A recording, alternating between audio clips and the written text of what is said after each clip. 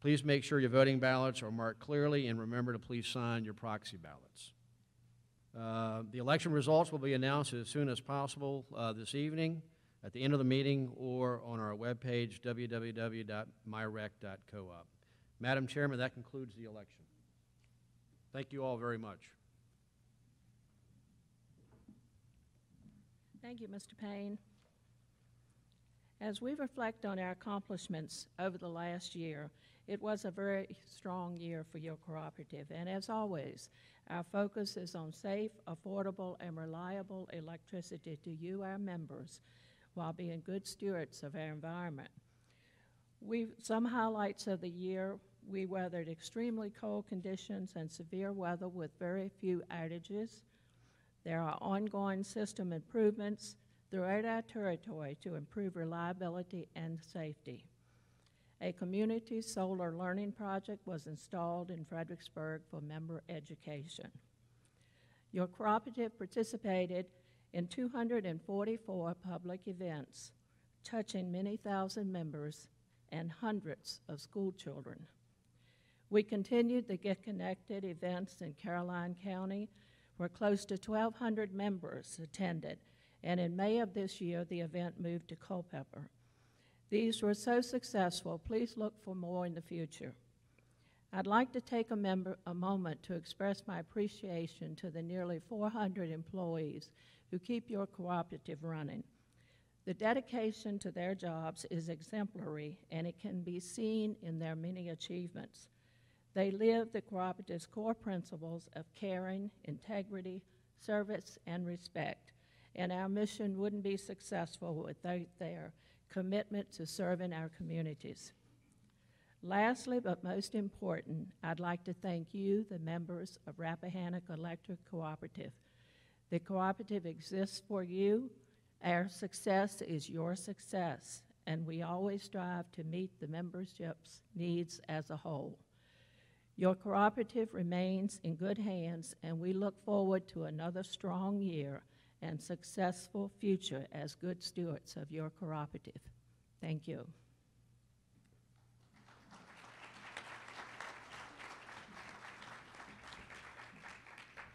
Thank you, Madam Chairman. Next, our Treasurer's report. Mr. Thomas T. Grady, Treasurer.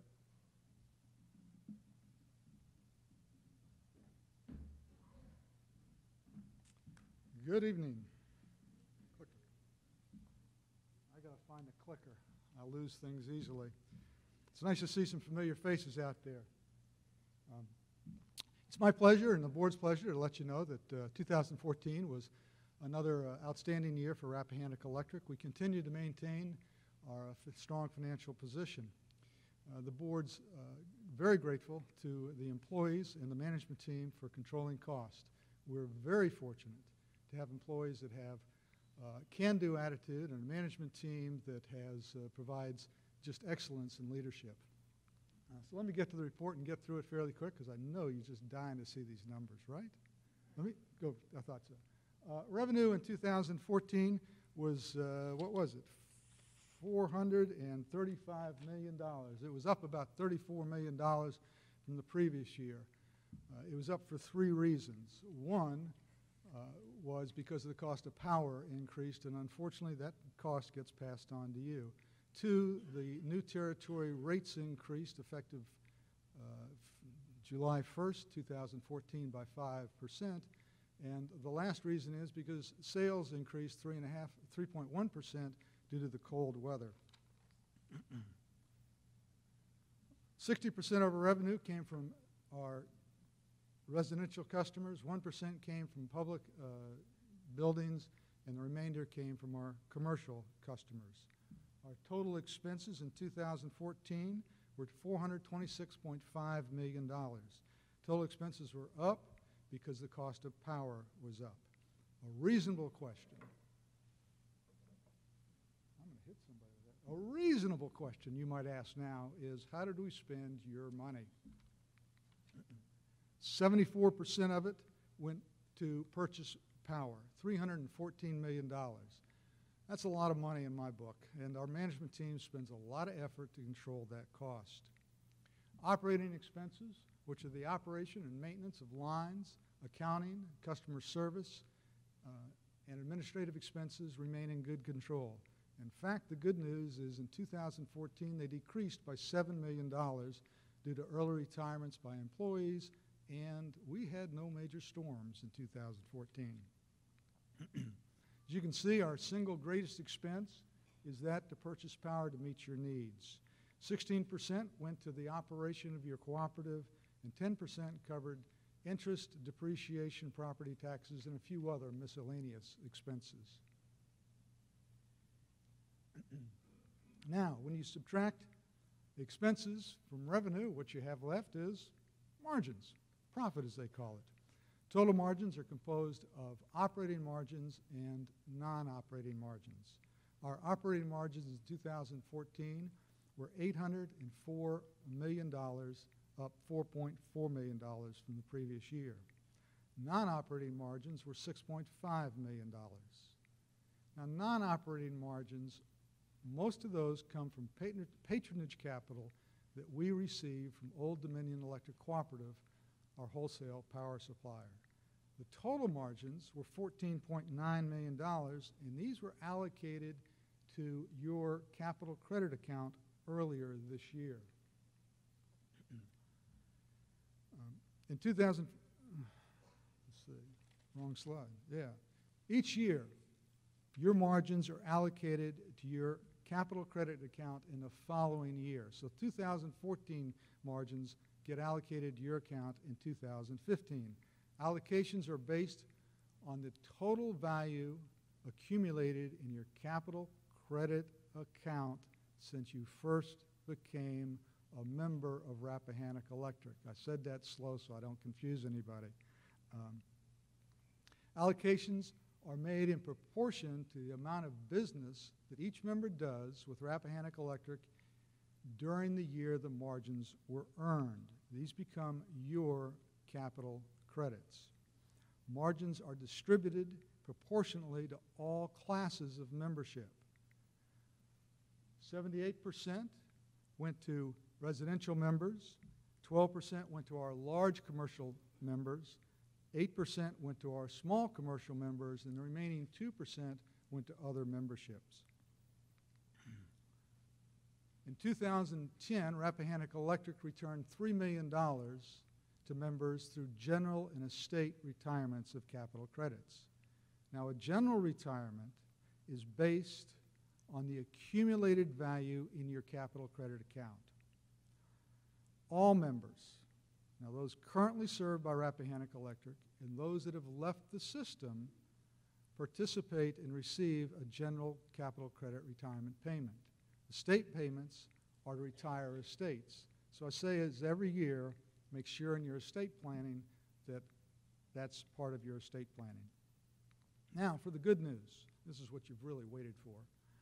Since 1980 to 2014, Rappahannock Electric has returned almost $84 million back to its members. Because Rappahannock Electric remains in good, solid financial condition, we're able to return those funds to you. In addition to the almost $84 million that we've returned, it's a pleasure to tell you that your board of directors has just approved returning $3 million of the 2014 margins to the members, and members will receive those credits on their November billing statement. That's my report. I tried to make it quick. Was I fast? That's good. All right. Any questions?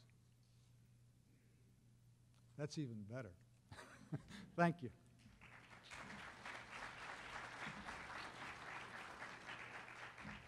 Thank you, Mr. Grady. You know, it's always a mistake to give an attorney the gavel. I'm just telling you. It's now my pleasure to introduce your president and CEO, Mr. Kent Farmer.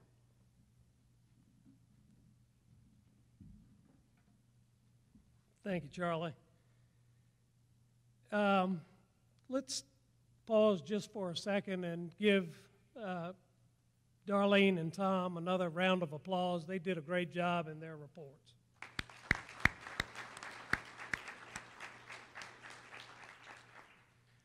Well, I'm going to try to keep my remarks brief tonight as well, but there are a couple of things I want to go through before I get into my prepared remarks. Tonight is the first time that Rappahannock Electric Cooperative has held its annual meeting on anything other than a Saturday afternoon. And I want to explain why we did that. Since the acquisition, our service territory spreads from the Virginia-West Virginia line north of Winchester all the way south to Charlottesville and then east down to King William County. So for a lot of our members, attending one of these annual meetings was a 2-hour drive to and then a 2-hour drive home. And what we found was that we were spending a lot of money putting these annual meetings together, and only maybe 100 to 150, 200 people would show up. Again, because of the inconvenience we thought of having to make a long drive, but also because it's on a Saturday afternoon. Most of you all have other things to do on a Saturday afternoon. So this year, what we tried to do was to pare down the annual meeting to just a business meeting. And the other formalities that used to be a part of our annual meeting are now done in Get Connected conferences that we move around the service territory. That enables more members to come in contact with our staff, ask questions, meet the board members, any other things that they may want to do. We will be reaching out to you all later after this meeting and asking what you think of this new format. I'll tell you, though, 200 attending an annual meeting with the Get Connected conferences. 2 years ago at Warren County Fairgrounds, we had over 1,000 folks attend. Last year, we held the event in Caroline County down at the State Fairgrounds. Almost 1,500 of our members showed up. This year, we held a Get Connected conference in Culpeper, and we had between 300 and 400 people show up.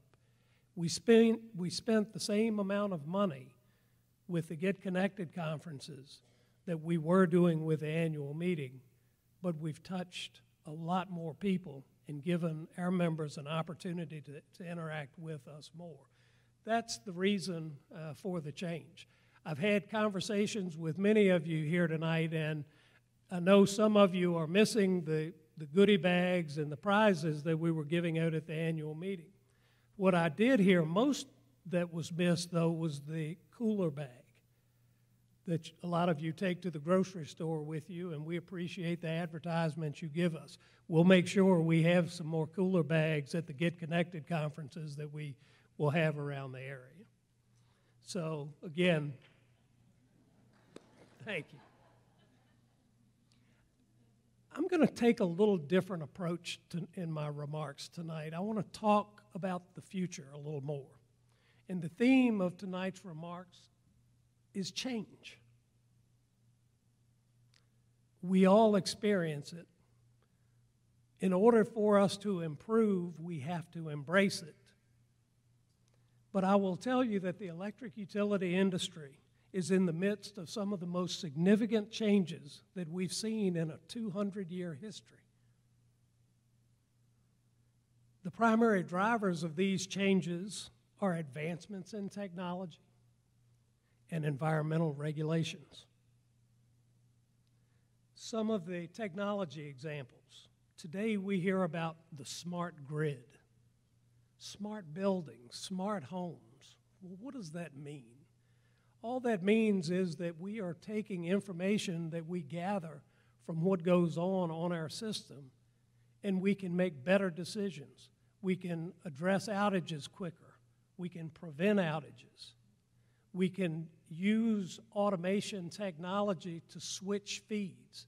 So if the substation that serves your area or the circuit that serves your home goes down, in a lot of cases, we can backfeed that from a different substation. It allows us to get your service back on much quicker than we otherwise could. Same thing with smart buildings and smart homes.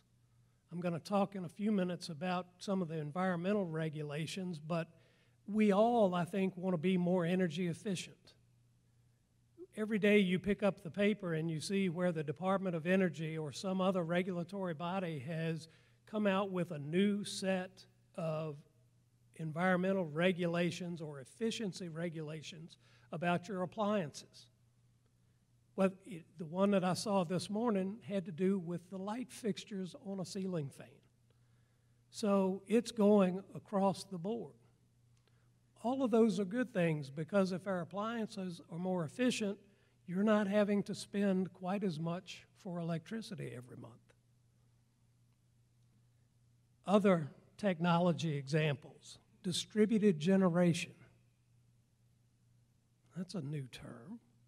Well, distributed generation allows us to take advantage of where we put backup generators around the system.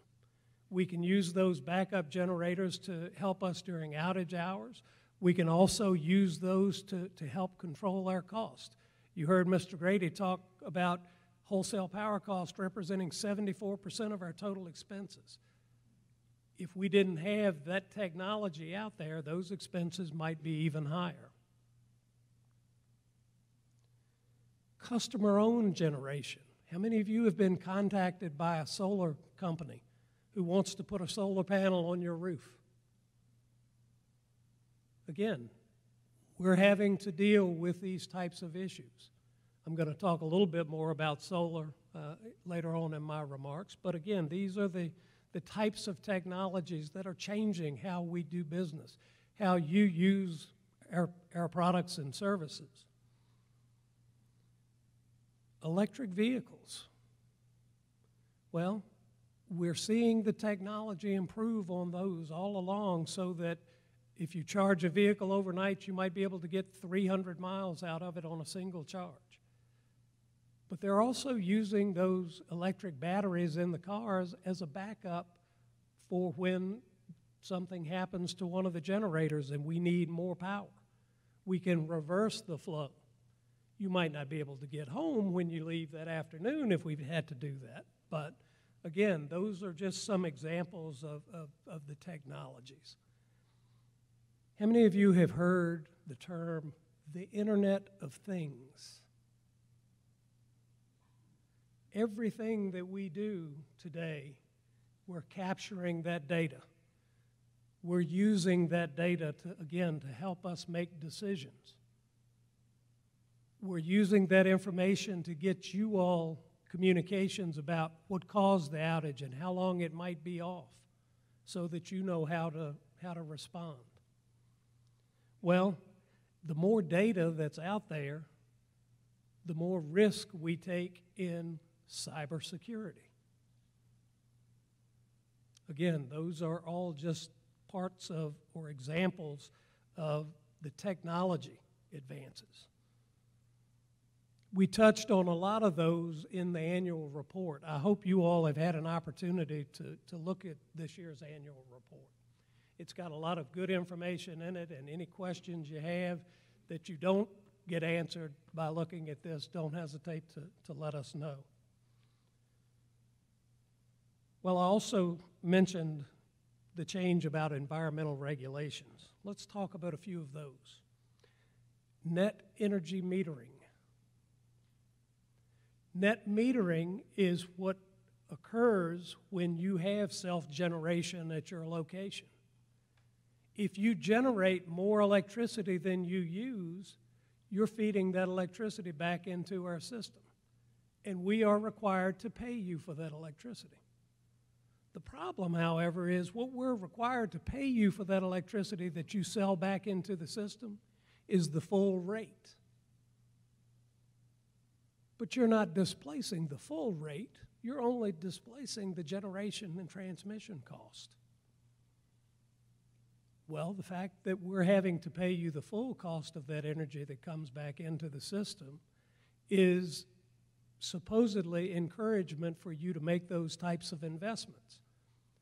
The problem with that is the other members have to pick up the cost of it.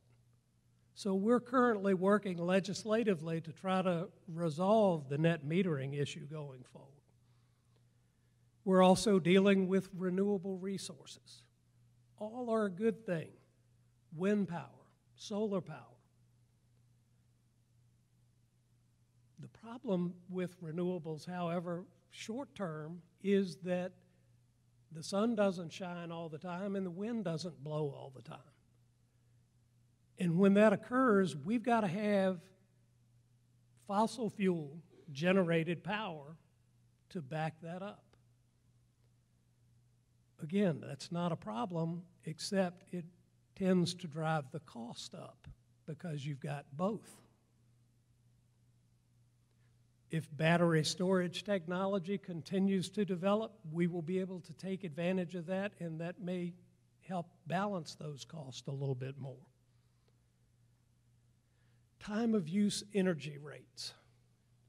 How many of you have driven up 95 recently?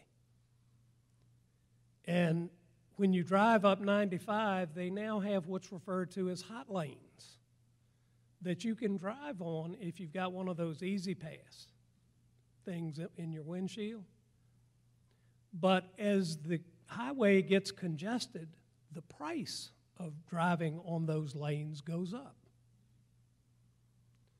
Well, time of use rates are similar to that. It is designed to give you a signal to let you know when the wholesale power that we're purchasing on your behalf is really expensive. You try to shift your usage away from those periods. By doing so, you save the co-op money and ultimately save yourself money in rates. Energy efficiency mandates. I talked about those a few seconds ago when I was referring to the appliances. And of course, the 800-pound gorilla in this category is the latest EPA Clean Power Plan. Some of you may have read about that in your paper as recently as a week ago. Last week came out, the final rule was published. It's going to be challenged. There are going to be court cases, and it may be 5 or 10 years before that is ultimately settled. But what this Clean Power Plan calls for is that each state will be required to develop a plan that reduces their carbon footprint by 30% from 2005 levels by 2022. 2022 is not that far off. And it even grows more than that by 2030. Again, I'm not bad-mouthing the Clean Power Plan. We all are in favor of clean air, clean water, and we want to do the right things to protect our environment. As a matter of fact, we've included a statement to that effect in our new mission statement. The concern we have, though, is that the Clean Power Plan, as it is currently laid out, is going to force us to shut down power plants that we haven't finished paying for yet. And we'll have to replace them with different types of power plants. And as a result, we're going to have to build new transmission lines to those power plants. Those power plants are going to be operated primarily on natural gas. And we're going to have to build new pipelines to get the gas to the power plants. Well, there are only two things that I know that are more difficult than building a power plant. One's building a gas pipeline and the other is a transmission line. So again, those issues drive our cost up. Well, I'm sure at this point you're asking, well, why are these industry changes so important to the cooperative, and how do they impact me as an REC member? Well, they're important because they affect how we achieve our mission of providing you with reliable and affordable power. They influence your expectations as consumers. All of these changes come at a cost. And balancing, as Mr. Grady pointed out in his remarks, balancing the cost and the benefits of improved reliability, enhanced customer service, is all weighed against that affordability proposition. So our challenge is to find that appropriate balance. By doing so, we will face challenges and opportunities. So what are the takeaways I would like you to get from my remarks tonight? They're pretty simple. The changes taking place in the electric utility industry may change both how you use and what you have to pay for electric services in the future. But what won't change is our commitment to you, our members. Your staff is dedicated to staying educated and informed, and keeping you educated and informed, and as always, prepared to provide you with the most reliable and affordable electric service. And that, ladies and gentlemen, is the power of membership. As Mr. Shipe said, as a member of this co-op, you're not only a customer, you're an owner.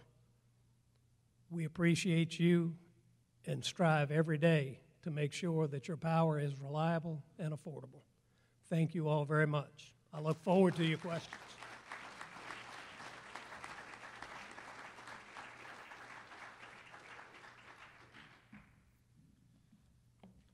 Almost at the end. Next on the agenda is unfinished business. I don't believe there's any unfinished business. After that on the agenda is new business, and this is the opportunity for members to ask questions from the floor. I would suggest that you limit your questions to 2 minutes per member, and that when you raise your hand, please identify yourself and where you're from and where you're located. So with that, we'll open up the floor to member questions. Please raise your hand, and then one of the co-op representatives will bring you the microphone. Any questions? This might be the... Folks, this is my favorite part of the program. You have the opportunity to ask anything you'd like, so don't be shy. This gentleman back here has a question.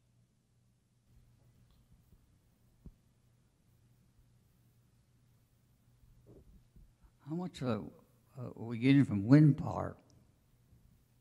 I'm sorry, would you state that again, please? How much power are we getting from wind power? Wind power? The question is, how much wind power are we getting today? Well, again, we get our power through Old Dominion. And through Old Dominion, we have contracts for wind power. I think Bob, Rick, you all can correct me if I misstate this, but we have multiple contracts for wind power. And today they provide us roughly 4% of all the energy that we use.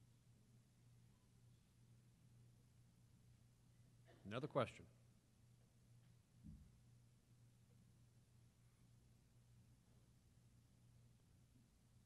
No other questions? You guys are letting us all easy. We got another one over here. How soon do we see the impact of dropping oil prices in our electric prices? You're already seeing that. As a matter of fact, we have lowered our energy price once already this year, and my guess is that you will see another decrease before the end of the year. So is there like a 6-month lag time, or what is the general lag time? Generally, it is about a six-month lag between when you see what you see prices on the wholesale market doing versus how it filters into our rates. Okay, thank you. Any other questions?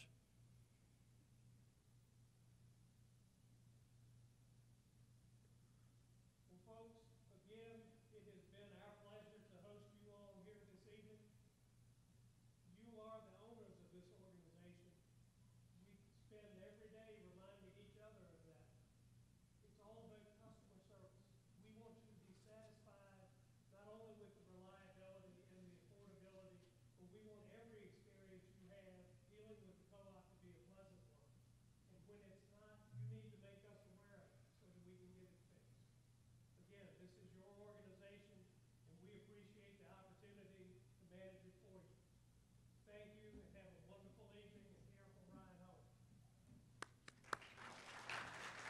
We haven't adjourned yet.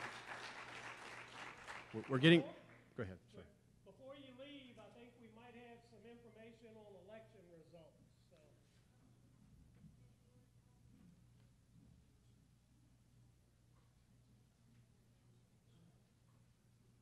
And also, there's door prize drawing right at the end, so don't run away right yet.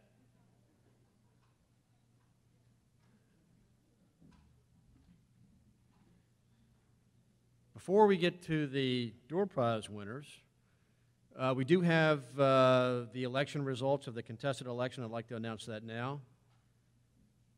Mr. Christopher G. Shipe has been reelected with 5,905 votes. Mr. Cullors had 795 votes. Congratulations, Mr. Shipe, and thank you, Mr. Cullors, for your participation in the election process. I want to also thank you all for participating tonight. I want to thank the Board of Director members for their service. I want to thank staff and our officers for their great service to the cooperative, and thank you for your patience this evening. I am going to need a motion from the floor to adjourn. Not everybody speak at once, but I need a motion, please. And I need a second. We have a motion and a second to adjourn. All those in favor vote by saying aye. Don't take off after the adjournment because we're going to announce the winners.